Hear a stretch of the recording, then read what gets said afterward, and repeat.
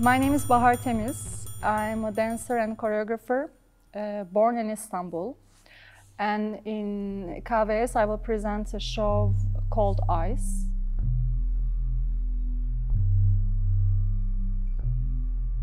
For this show, I wanted to work with ropes and a body in space. Finding some kind of tune, an environment where everything can coexist. The sound can be there, the text can be there, there can be words, there can be a body, space, and you could, as an audience, really go from one thing to another and not just sticking with the performer and how great or how ungreat she is.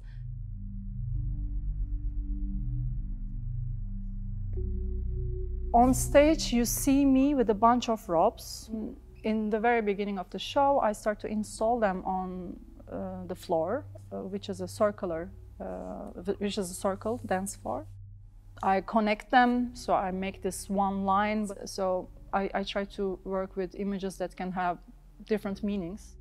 Then I start to pull them to make a nest. Then I wear them, I spin, turn around myself with one. It's making different shapes in space. I put them on, for example, on one scene, and there are scenes also which makes that I can't move because they're too much or they're uncontrollable. Like there's also this idea of obstacle, putting yourself constraints, which makes that nothing is easy. You have to deal with the environment. Reaching Antarctica was like reaching the moon back then. In 1901, Robert Malcolm Scott leaves London with 48 men under his command. His goal is to be the first man stepping on the South Pole. The piece starts with a text on the explorers of the early 20th centuries, the explorers of Antarctica, to set a frame from which we can take off and travel through times and different geographies.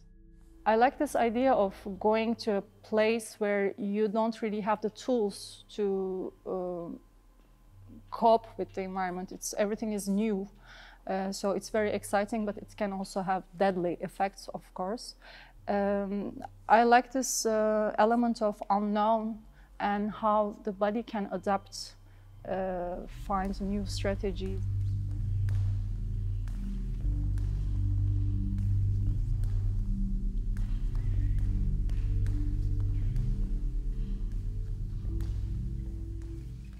I was reading The Far Away Nearby by Rebecca Solnit.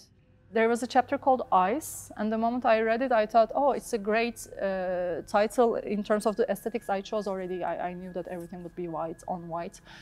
But the moment I started to read the text, she was talking a lot about decaying, like how ice is stopping time because it's stopping decaying, and how it's also disappearing and changing form. And I found that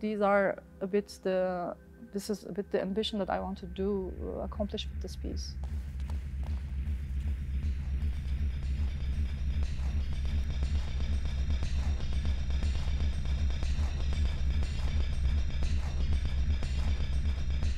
I like watching people on stage becoming almost transparent while they move. I don't know if I can say becoming themselves, but just simply being there, getting rid of all the decoration, all the unnecessary things, like kind of, yeah, undress.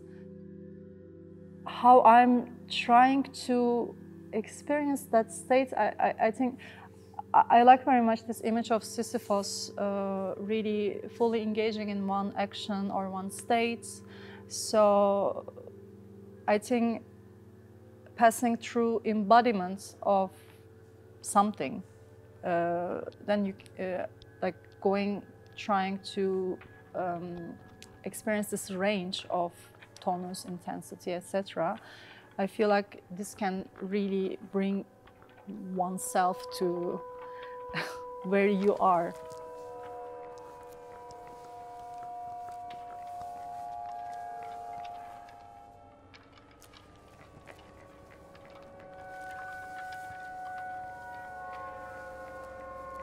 I'm very happy to collaborate with Charo Calvo on sound. She was in residency in Iceland, so it was kind of a very nice moment that she could also have all these very real captations, sound captations. But she transformed everything. We really focus on not having the sound as an illustration of an environment. But there's always an abstraction. So the sound always creates also landscapes and feelings and physical. It has physical consequences, but in a much subtle and ambiguous, vague ways, I would say.